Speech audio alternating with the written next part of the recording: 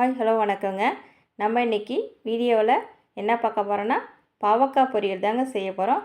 அதுக்கு முன்னாடி நம்ம சேனலை சப்ஸ்கிரைப் பண்ணாதவங்க சப்ஸ்கிரைப் பண்ணிவிட்டு வாங்க வீடியோவில்.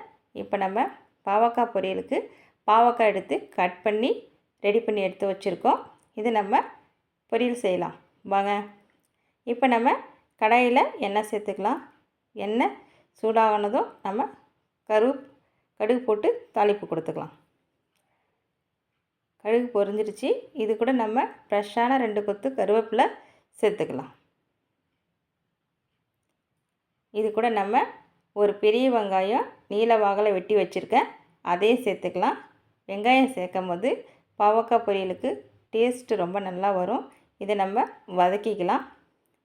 இது நல்லா எண்ணெயில் வதக்கிக்கலாம். வதக்கிட்டு நம்ம இது கூட கட் பண்ணி வச்சுருக்கோம் பாவக்காயை இதுக்குள்ளே நம்ம சேர்த்துக்கலாம். இப்போ காயை நம்ம சேர்த்துட்டோம். இது நல்லா மிக்ஸ் பண்ணி விடுங்க. எண்ணெயிலே ஒரு 5 நிமிஷம் நல்லா வதங்கணும். வதங்கினப்புறம் நம்ம இது கூட நம்ம தேவையான அளவு உப்பு சேர்த்துக்கணும். இப்போ பாருங்கள் வதக்கிட்டேன். இது கூட நம்ம உப்பு சேர்த்துக்கிட்டு இதுக்கு மசாலா 1 டீஸ்பூன் நம்ம மல்லித்தூள் சேர்த்துக்கலாம். 1/2 டீஸ்பூன் ஜீரகத்தூள், 1 டீஸ்பூன் தனி மிளகாய்த்தூள் இது வரைக்கும் சேர்த்துட்டு நம்ம நல்லா வதக்கிக்கலாம். நல்லா கிண்டி விட்ருங்க. நம்ம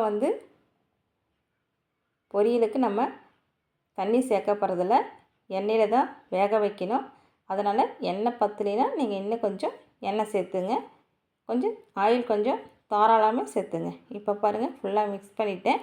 இப்போ எனக்கு கொஞ்சம் எண்ணெய் தேவைப்படுது, நான் இன்னும் கொஞ்சம் சேர்த்துக்கிறேன். இப்போ பாருங்கள் நான் சேர்த்துக்கிட்டு எல்லாத்தையும் ஃபுல்லாக நல்லா மிக்ஸ் பண்ணி கிண்டி விட்றேன். இது நம்ம தண்ணியில் வேக வைக்க போகிறதில்ல, எண்ணெயில் தான் வேக வைக்க போகிறோம். டேஸ்ட்டு ரொம்ப நல்லாயிருக்கும். கசப்பு தன்மை அதிகம் இருக்காது, ரொம்ப சுவை அதிகமாக இருக்கும். இந்த மாதிரி நீங்கள் ட்ரை பண்ணி பாருங்கள். இப்போ வேக விடலாம். மூடி போட்டு வேகட்டும். எப்படி இருக்கு பாருங்கள், ரொம்ப நல்லா வந்திருக்கு. பார்க்கவே தெரியுது இல்லையா? இந்த மாதிரி செஞ்சு பாருங்கள். கசப்பு இருக்காது, ரொம்ப டேஸ்ட்டாக இருக்கும். சாம்பார் சாதம், ரச சாதம், தயிர் சாதம் எது கூடனாலும் நீங்கள் சேர்த்து சாப்பிட்லாம். மறக்காமல் கமெண்ட் பண்ணுங்கள், சப்ஸ்கிரைப் பண்ணுங்கள். அடுத்த வீடியோவில் பார்க்கலாம். ஓகே, பாய்.